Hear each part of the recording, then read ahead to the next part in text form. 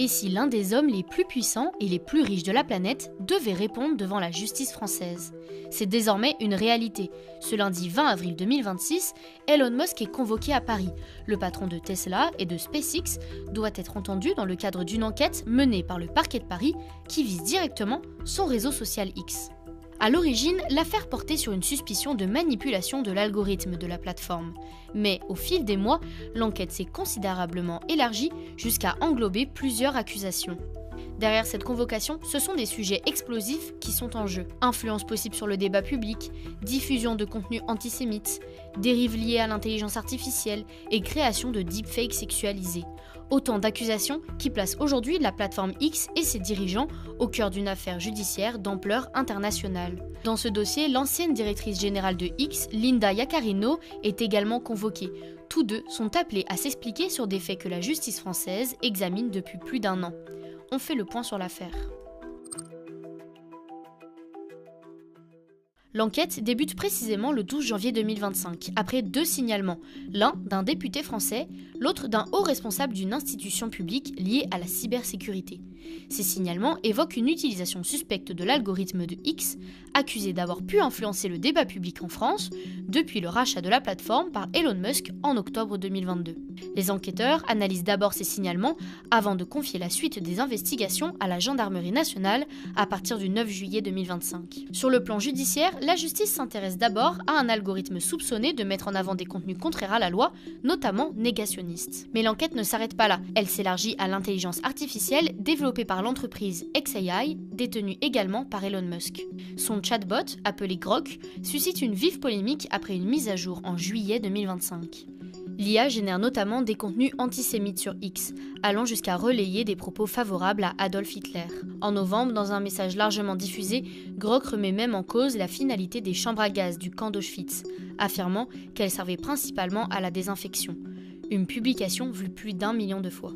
On a vu apparaître aussi le fait que pour la Shoah, par exemple, questionnant Grok, eh bien Grok répondait assez facilement que le Zyklon B, ça servait surtout dans les camps à lutter contre le typhus.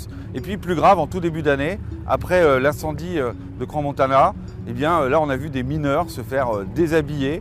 Mais quand je dis des mineurs, c'est même des enfants. Ces différents propos conduisent des associations comme la Ligue des droits de l'homme et SOS Racisme à déposer plainte pour contestation de crimes contre l'humanité. Mais l'investigation ne s'arrête pas encore ici.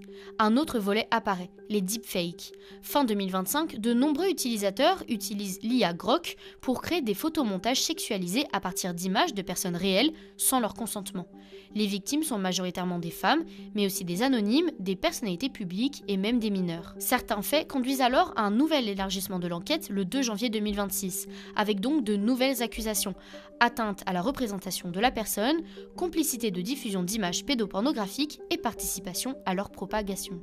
Et en plus des signalements de la haute commissaire à l'enfance, Sarah El Haïry, du député PS Arthur Delaporte et d'Éric Bothorel, Reporters sans frontières saisit également la justice. L'association dépose plainte en novembre 2024, accusant la plateforme de ne pas avoir supprimé des contenus usurpant son identité. Face à l'absence de réaction, une nouvelle plainte est déposée en janvier 2026 pour administration illicite de plateformes en ligne.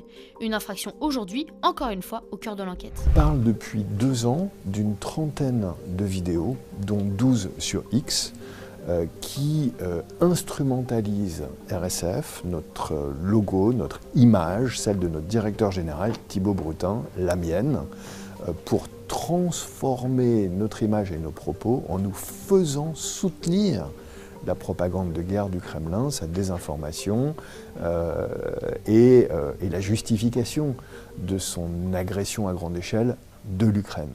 Dans le cadre de cette affaire titanesque, les locaux français de X sont perquisitionnés le 3 février dernier. Le réseau X dénonce alors un acte judiciaire abusif, fondé sur des motivations politiques et affirme ne pas se laisser intimider. Reste enfin la question de la convocation du 20 avril. Elon Musk est convoqué en audition libre, tout comme Linda Yaccarino et plusieurs cadres de l'entreprise. La présence du patron de X est restée incertaine jusqu'au dernier moment et semblait peu probable, notamment après ses propos visant les magistrats français qu'il avait qualifiés en mars d'attardés mentaux. De plus, ce vendredi 17 avril 2026, le Wall Street Journal révèle que le ministère américain de la Justice estime que cette enquête française pourrait aller à l'encontre du premier amendement de la Constitution américaine sur la liberté d'expression. expression. Finalement, en cette fin de journée, nous savons qu'Elon Musk n'est pas venu à son audition. De son côté, le parquet de Paris avait déjà rappelé que la présence ou l'absence du patron de X ou de Linda Yaccarino à cette audition n'empêche en rien la poursuite des investigations.